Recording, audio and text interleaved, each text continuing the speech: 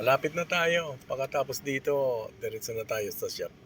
Alright, dito na ako sa shop guys. Kararating ko lang.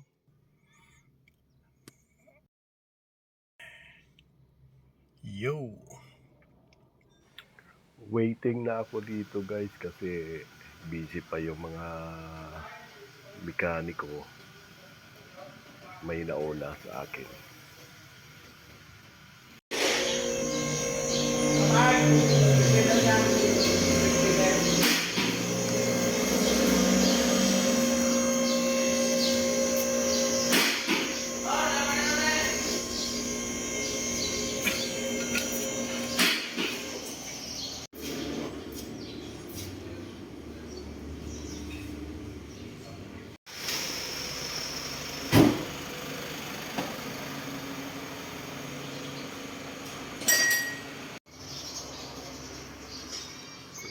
Labo. Labo na.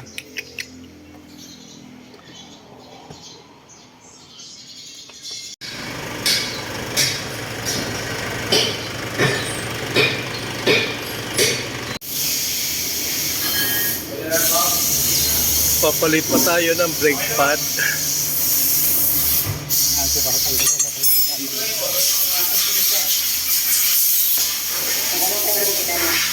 Oo.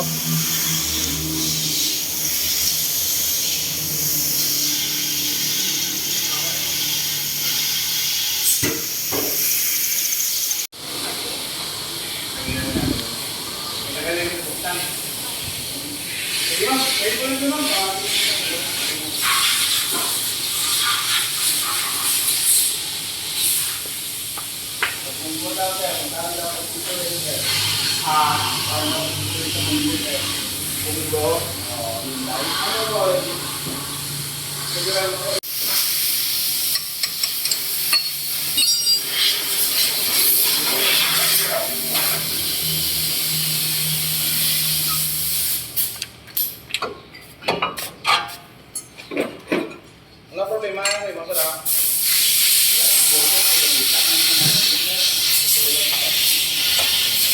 Ang unit ko kanina, mga 30% na lang. 30% pa lang yung nakasapurkinto. Malapit na. Pag Davao, kung nakadabaw ka, kunti na lang. Oo nga. Baka hindi na makabalik. Wala hindi ka balik. Kaya hindi ka nandun na. Oo. Mas okay mong dato. Pero okay na ako dito sa kapalo. Kasi yan, kung ang kakabila, napipis na talaga. Oo. Oo nga. Ito muna ito. Bakit kaya iba ang kuwan niya, bawas? Sa parang siya. Ganyan talaga yan? Hindi ba yung kadabi mapantay siya? Di, idala ko lang pwede? Pwede siya. Oh, sige.